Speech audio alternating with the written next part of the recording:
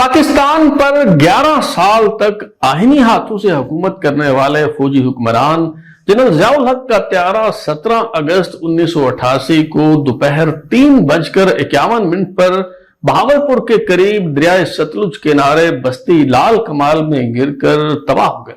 इस त्यारे पर सवार तमाम अफराद, जिनमें अमरीकी सफीर आर्नल्ड राफेल और दिफाई अताशी ब्रिगेडियर हर्बर्ट वासूम के अलावा अफवाज पाकिस्तान के कई अफसर शामिल थे, ये सब के सब मारे गए। बताया गया कि बहावलपुर से रवानगी के वक्त जनरल ज़ियाउल हक को आमों की जो पेटियां तोहफे में दी गई थी, उनमें रखा धमाका खेज मवाद फट जाने से ये त्यारा तबाह हुआ।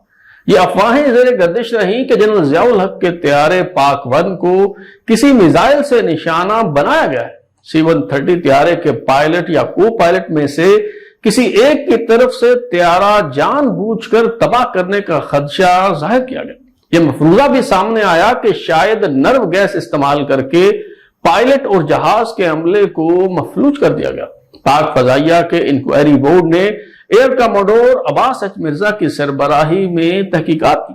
बेनजीर भुट्टो साहबा के दौरे हुकूमत में FK बंदियाल की सरबराही में कमीशन तश्कील दिया गया। मियां नवाज शरीफ बसर इक़्तिदार आए तो उन्होंने जस्टिस शफीउर रहमान की सरबराही में जुडिशल कमीशन बनाया, मगर ना तो इस हादसे की तहकीकात से मुतल्लिक रिपोर्ट सामने आई और ना ही ये मालूम हो सका कि ये त्यारा कैसे तबाह हुआ। आज 36 बरस बाद भी ये बात वाज़ेह नहीं कि जनरल ज़ियाउल हक का त्यारा कैसे तबाह हुआ। अगर ये सबूताज था, दहशतगर्दी थी, तो इस वारदात का खुरा किस तरफ जाता है? अमेरिका, इजराइल या फिर भारत? किसने ज़ियाउल हक को मरवाया? कोई भी गैर मुल्की साजिश मकामी सहूलतकारों के बगैर कामयाब नहीं हो सकी। तो बागबान कौन थे जो बरको शरर से मिले हुए थे? तराजू की मिस्ट्री सीरीज में जनरल ज़ियाउल हक के त्यारा हादसे के हवाले से 5वीं और आखिरी किस्त में आज हम यही मुअम्मा हल करने की कोशिश करेंगे। मैं हूं बिलाल गौरी और आप देख रहे हैं तराजू।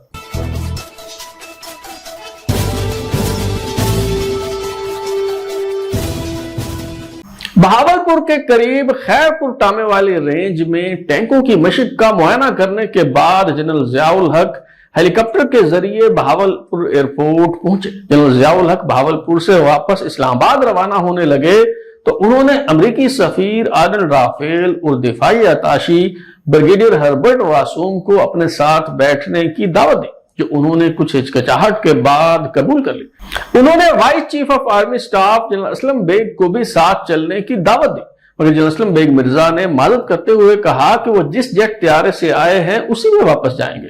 जनरल असलम बेग मिर्जा खुशकिस्मत थे कि उन्होंने ये दावत ठुकरा दी, वरना CGS लेफ्टिनेंट जनरल अफजाल, जिन्होंने अगले रोज PIA की फ्लाइट से वापस जाना था और उनकी सीट भी बुक थी, उन्होंने ज़ियाउल हक की दावत कबूल करके गोया दाई अजल को लब्बैक कहते। जनरल ज़ियाउल हक के साथ उनके खसूसी त्यारे पाक 1 में chairman joint chiefs of staff committee general Akhtar Abdurrahman के अलावा दीगर कई सीनियर फौजी अफसर भी सवार थे। CGS lieutenant general Mian Mohammad Afzal, Jhelum में 23वें डिवीजन को कमांड करने वाले major general Mohammad Hussain Awan, major general Abdul Sami, major general Khwaja Moinuddin, major general Sharif Nasir, DGI SPR brigadier Sadiq Salik, Ziaul Haq के military secretary brigadier Najib, brigadier Mohammad Latif, brigadier Abdul Majeed, colonel Safdar Mahmood और कैप्टन राना जाहिर फारूक समेत 29 अफराद जो इस C-130 त्यारे पर सफर कर रहे थे, वो सब के सब मारे गए। जनरल ज़ियाउल हक के खसूसी त्यारे पाक 1 ने 3:46 पर उड़ान भरी। मौसम साफ था, हद निगाह 5 किलोमीटर थी, जो बेहतरीन ख्याल की जाती है।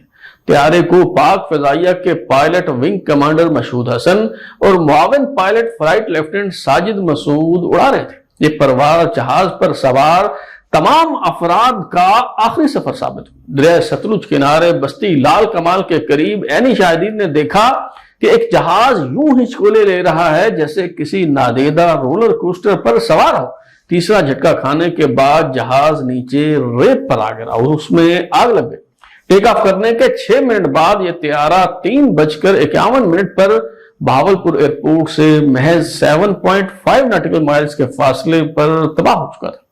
दीगर साशी थियोरियों के अलावा यह भी कहा गया कि चूंकि जनरल ज़ियाउल हक के दौर में اہل تشیع ناراض رہے، اس لیے جہاز اڑانے والے پائلٹ یا پھر کو پائلٹ نے انتقام لینے کے لیے طیارہ جان بوجھ کر تباہ کیا۔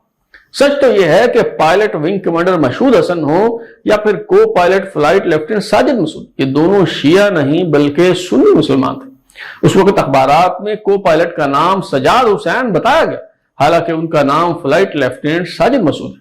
ہم گزشتہ 4 اقساط میں ایک ایک کر کے تمام سازشی تھیوریوں کا جائزہ لے چکے ہیں، اور یہ بات پورے وثوق کے ساتھ کہی جا سکتی ہے کہ یہ حادثہ نہیں بلکہ سبوتاژ کی کارروائی تھی، جس میں غیر ملکی طاقتوں کے علاوہ مقامی افراد بھی شریک تھے۔ اس واردات کے تناظر میں سب سے زیادہ سوالات اس وقت کے vice chief of army staff general Aslam Beg Mirza کے کردار سے متعلق اٹھائے گئے۔ یوں تو لاشوں کا پوسٹ مارٹم نہ ہونے پر بھی سوالات اٹھائے گئے، مگر جنرل ضیاء الحق کے طیارہ حادثے کے حوالے سے ایک پراسرار مگر تہلکہ خیز کہانی جنرل اسلم بیگ مرزا کے کردار کو مزید مشکوک بنا دیتی ہے۔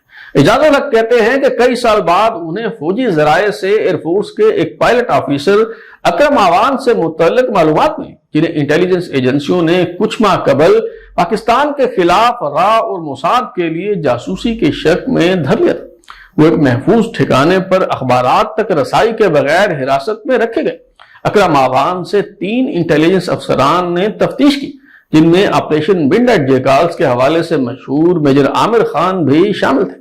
اعجاز الحق کے مطابق C-130 طیارے کے حادثے کے 1 ہفتے یا کچھ دن کے بعد انہیں جنرل ضیاء الحق کے جنازے کی ویڈیو دکھائی گئی۔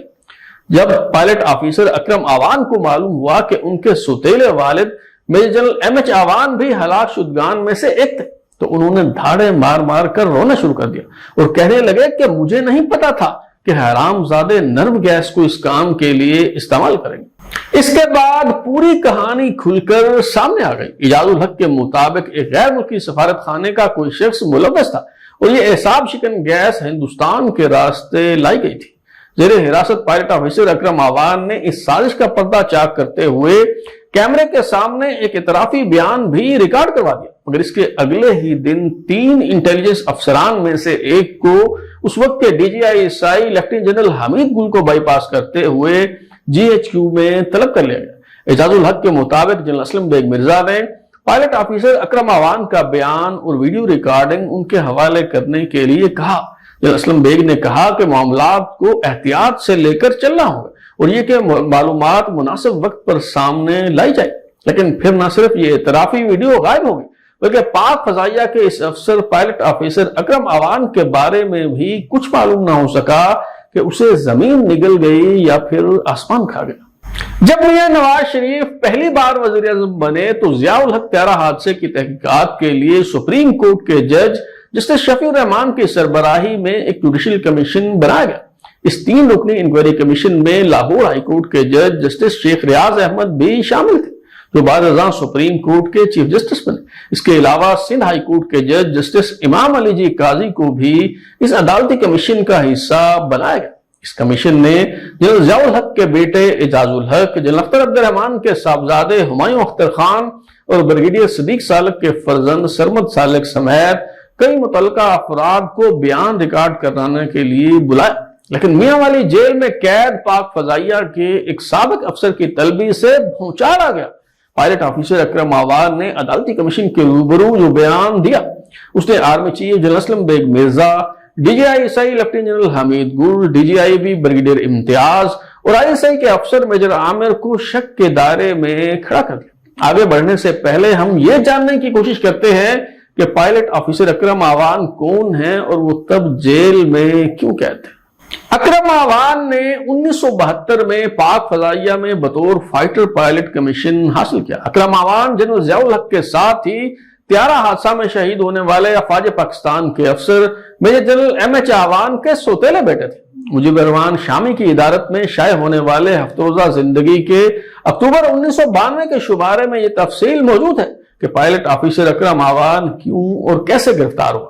اکرم آوان مبینہ طور پر دوران تربیت ہی عرب ملک سے تعلق رکھنے والے ایک بیچ میٹ کے ذریعے غیر ملکی ایجنٹ بن چکا تھا۔ اس نے ایک ریٹائرڈ بریگیڈیئر کی بیٹی فرخندہ سے شادی کی اور پاک فضائیہ کی ملازمت چھوڑ کر بھگوڑا ہو گیا۔ افریقہ کے جس عرب ملک کا وہ ایجنٹ تھا، اس کی طرف سے اسے دبئی میں تعینات کر دیا گیا۔ दुबई से उसके इसराइली खुफिया इदारे मोसाद से राब्ते इस्तवार हुए और एक इसराइली एजेंट उसे स्वीडन ले गया। वहां से वो अपनी एक दोस्त यहूदी लड़की के जरिए तिल अबीब गया और उसे पाकिस्तान के कहोटा एटमी प्लांट की जासूसी पर मामूर कर दिया गया। उसे शाम ले जाया गया और वापस पाकिस्तान में इलाज करने के लिए एक जबरदस्त मंसूबा तैयार किया गया। पाकिस्तान में मौजूद उसके भाई के बीमार होने की झूठी खबर पहुंचाई गई।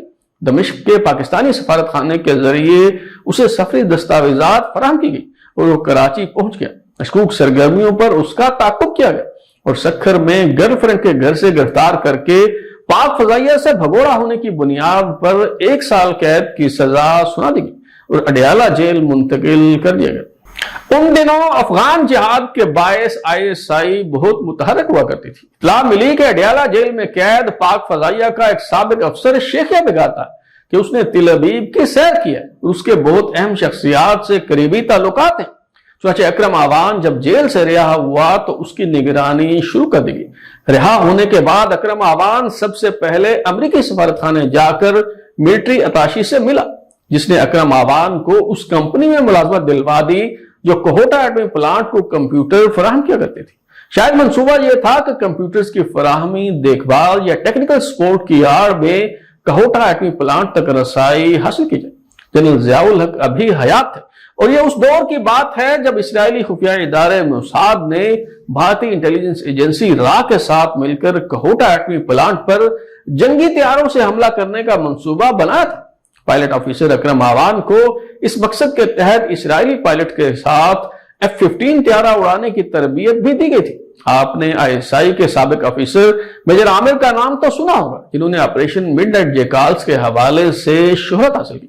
अकरम आवान की निगरानी का टास्क ISI के इसी स्टार ऑपरेटर को दिया गया था।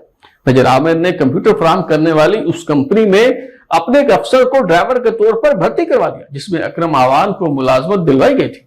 ISI के इस ड्राइवर ने अकरम आवान से राह रस्म बढ़ाने के बाद एक रोज तयशुदा मंसूबे के ऐन मुताबिक इस्लामाबाद होटल के करीब खड़े सईद खान को देखकर ब्रेक लगा दी। अकरम आवान को बताया कि यह बहुत काम के आदमी है, MES के ठेकेदार है और कोहोटा एटमी प्लांट तक भी उनकी रसाई है। आदमी बहुत अच्छे हैं, यारों के यार हैं, मेहमान नवाज हैं, बस एक ही खामी है, रियासत पाकिस्तान और फौज के सख्त मुखालिफ है। सईद खान के रूप में मौजूद मेजर आमिर ने अकरम आवान को अपना काट दिया और रुखसत हो गए। तीर निशाने पर बैठा। अगले रोज अकरम आवान अपने नए दोस्त सईद खान से मिलने होटल पहुंच गया। ताल्लुकात का दायरा वसी होने पर सईद खान ने निहायत राजदारी से बताया कि उसका असल धंधा असला की स्मगलिंग है और वो रूसी खुफिया इदारे खाद के एजेंट है। इस इंकशाफ के बाद तो दोनों की दोस्ती मजीद पक्की हो गई। इस दौरान इसराइली हुकाम को अंदाजा हो गया कि उनका एजेंट ISI के बिछाए हुए जाल में फंस चुका है। चुनांचे अकरम आवान को कहा गया कि जैसे भी मुमकिन हो पाकिस्तान से निकलो। मेजर आमिर को भी पता चल गया कि पंछी उड़ान भरने को तैयार है। चुनांचे उन्होंने DG ISI lieutenant general Hamid गुल से इजाजत लेकर अकरम आवान को गिरफ्तार करने का फैसला कर लिया। गिरफ्तारी के लिए भी बहुत मुनफरिद तरीका अख्तियार किया गया। मेजर आमिर के एक मातहत कप्तान जो सांवली रंगत के बायस हिंदुस्तानी महसूस होते थे, उन्हें भारतीय सफारत खाने का नुमाइंदा बनाकर इस होटल में भेजा गया जहां अकरम आवान रिहाइश पजीर थे।